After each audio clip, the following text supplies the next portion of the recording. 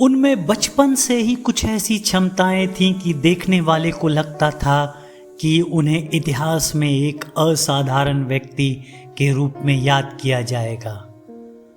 महज 12 साल की उम्र में उन्होंने एक जंगली और बिखरैले घोड़े को काबू कर लिया और जो भी लगभग जीवन भर उस बच्चे का साथी बना रहा।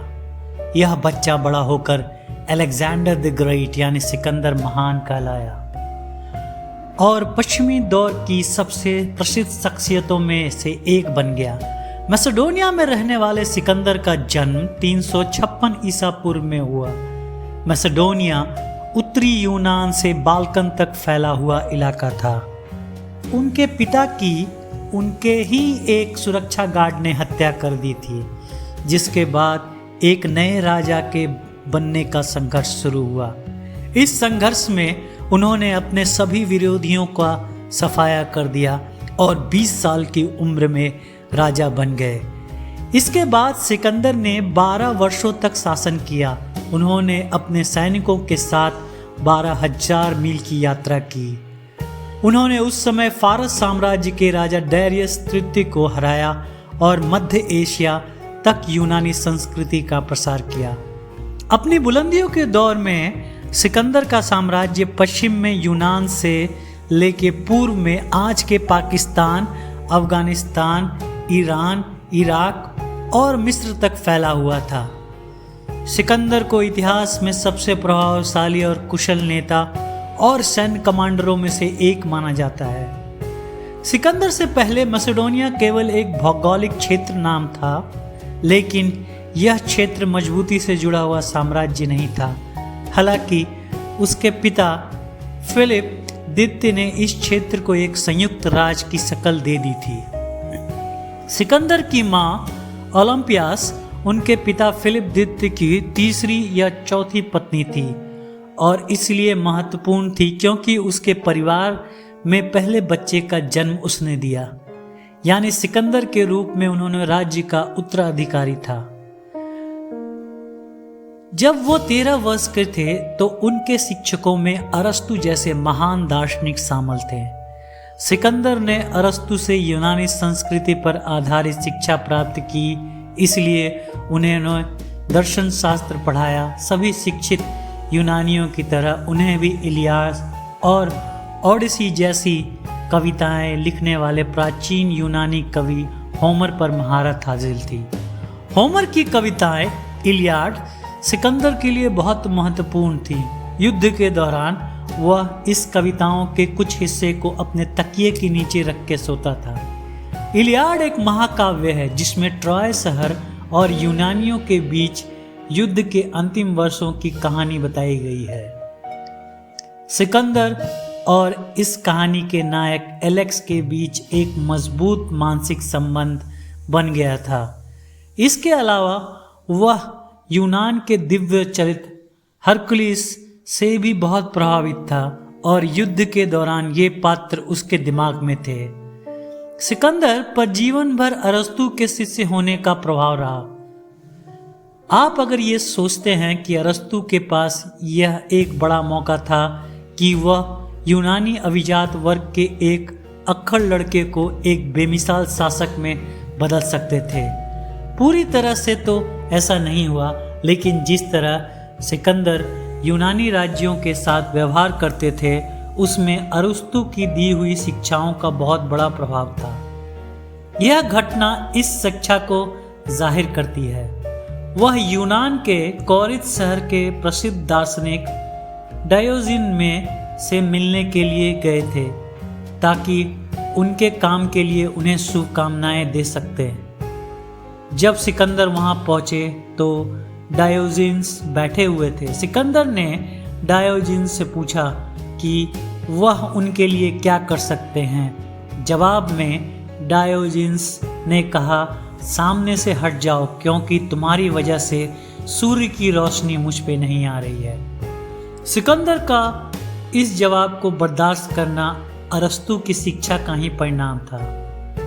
सिकंदर के सत्ता में आने के बारे में बताते हुए लोग ऐसा कहते हैं, जैसा कि हम जानते हैं, सिकंदर के पिता फिलिप द्वितीय की कई पत्नियां थीं, जिनमें से एक क्लियोपेट्रा नाम की महिला भी थी, जिन्होंने सिकंदर और उनकी मां के लिए मुश्किलें पैदा कर दी। मां और बेटे को ये लगने लगा कि वो पूरी तरह से मैसेडोनिया का खून नहीं है।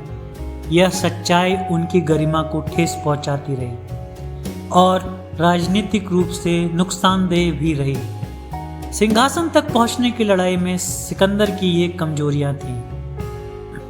फिलिप द्वितीय की नई पत्नी क्लियोपेट्रा नई रानी बन सकती थी, उन लोगों के लिए मददगार साबित हो सकती थी जो फिलिप के बाद राजा बनने की दौड़ में शामिल थे। इस वजह से क्लियोपेट्रा सिकंदर के राजा बनने के रास्ते में एक रुकावट बन सकती थी। यह राजनीतिक सच्चाई थी कि पूरी तरह से मैसेडोनिया से ताल्लुक रखने वाले एक नए पुरुष उत्तराधिकारी के सामने आते ही सिकंदर के लिए मुश्किलें पैदा हो सकती थी। कई इतिहासकारों ने इस स्थिति को मनोवैज्ञानिक पृष्ठभूमि में भी पेश किया है, पर डायना स्पेंसर के अनुसार सिकंदर 6 महीने के लिए खुद जिलावतन हो गए थे और उनकी माता भी कुछ दिनों के लिए दरबार से दूर हो गई। कुछ समय बाद बेटे और पिता के बीच कड़वाहट तो कम हुई और सिकंदर वापस आ गए, लेकिन रिश्तों में ठहराव आ गया। सिकंदर के उत्तराधिकारी बनने के रास्ते में रुकावट बन चुका था। इस स्थिति में एक घटना घटी जिसमें सिकंदर को सिंहासन पर बिठाया। यह वह मौका था जब उन्होंने शायद ऐसी स्थिति को बनने से रोक दिया था कि कोई शुद्ध मैसेडोनियन खून उसके उत्तराधिकारी को चुनौती दे सकता है। सिकंदर की सौतेली बहनें यानी क्लियोपेट्रा की बेटी की शादी में एक सुरक्षा गार्ड ने राजा फिलिप द्वितीय की हत्या कर दी। गार्ड को भी भागने की कोशिश के दौरान मार दिया गया, इसलिए यह नहीं पता चल सका कि इस हत्या की वजह क्या है, लेकिन माना जाता है इस हत्या में सिकंदर और उसकी मां का भी हाथ हो सकता है। इस हत्या के बाद सिकंदर का हाथ नहीं रुका। उन्होंने एक एक करके सभी लोगों को मार दिया जो उसके लिए उत्तराधिकारी बनने के लिए खतरा हो सकते हैं। अपने सौतेले भाई फिलिप एरिडाइस को छोड़कर उसने अपने सभी भाइयों, चचेरे भाइयों और उन सभी को मार डाला जो उसके लिए राजा बनने के रास्ते में रुकावट बन सकते हैं। उनमें से कुछ तो ऐसे क्रूर थे जिनका सामना सिकंदर ने बड़ी बेखूबी के साथ किया। आखिरकार सिकंदर सिंहासन पर बैठा। अब उसकी नज़र फारस साम्राज्य पे थी। फारस ने 200 से अधिक वर्षों तक भूमध्य महासागर से जुड़े इलाकों पर शासन किया था। यह साम्राज्य इतिहास के वास्तविक सुपर पावर्स में से एक था। फारस साम्राज्य की सीमाएं भारत से लेकर मिस्र, उत्तरी यूनान की सीमा तक फैली हुई थी, लेकिन इस महान साम्राज्य का खात्मा सिकंदर के हाथों हुआ। फारस साम्राज्य की तुलना में एक छोटी लेकिन प्रभावी सेना के हाथों राजा डारियस तृतीय की हार को इतिहास में एक महत्वपूर्ण मोड़ के रूप में देखा जाता है। इस युद्ध के नतीजे में एक प्राचीन सुपर पावर का पतन हुआ और एक नए और विशाल साम्राज्य के जरिए यूनानी संस्कृति और सभ्यता का प्रसार हुआ। इतिहासकार लिखते हैं, सिकंदर की जीत का श्रेय उनके पिता को भी जाता है, जिन्होंने अपने पीछे एक बेहतरीन फौज छोड़ी थी, जिसका नेतृत्व बहुत अनुभवी और वफादार सेनापतियों के हाथ में था। हालांकि एक चालाक और कुशल दुश्मन को उसके इलाके में जाकर हराना खुद सिकंदर की एक नेता के रूप में बुद्धिमानता और युद्ध रणनीति में महारत का कमाल था। मैसेडोनिया से लगभग हमेशा से एक सैन्य ताकत नहीं थे। यूनान में एथेंस, स्पार्टा और थेब्स राज्य ऐतिहासिक रूप से शक्ति के स्रोत रहे। इन राज्यों के नेता मैसेडोनिया के लोगों को जंगली या बारबेरियन कहते थे। सिकंदर के पिता फिलिप द्वितीय ने अकेले ही मैसेडोनिया की सेना को एक ऐसी प्रभावशाली सेना बना दिया जिसका डर उस प्राचीन दौर में दूर दूर तक फैला हुआ था।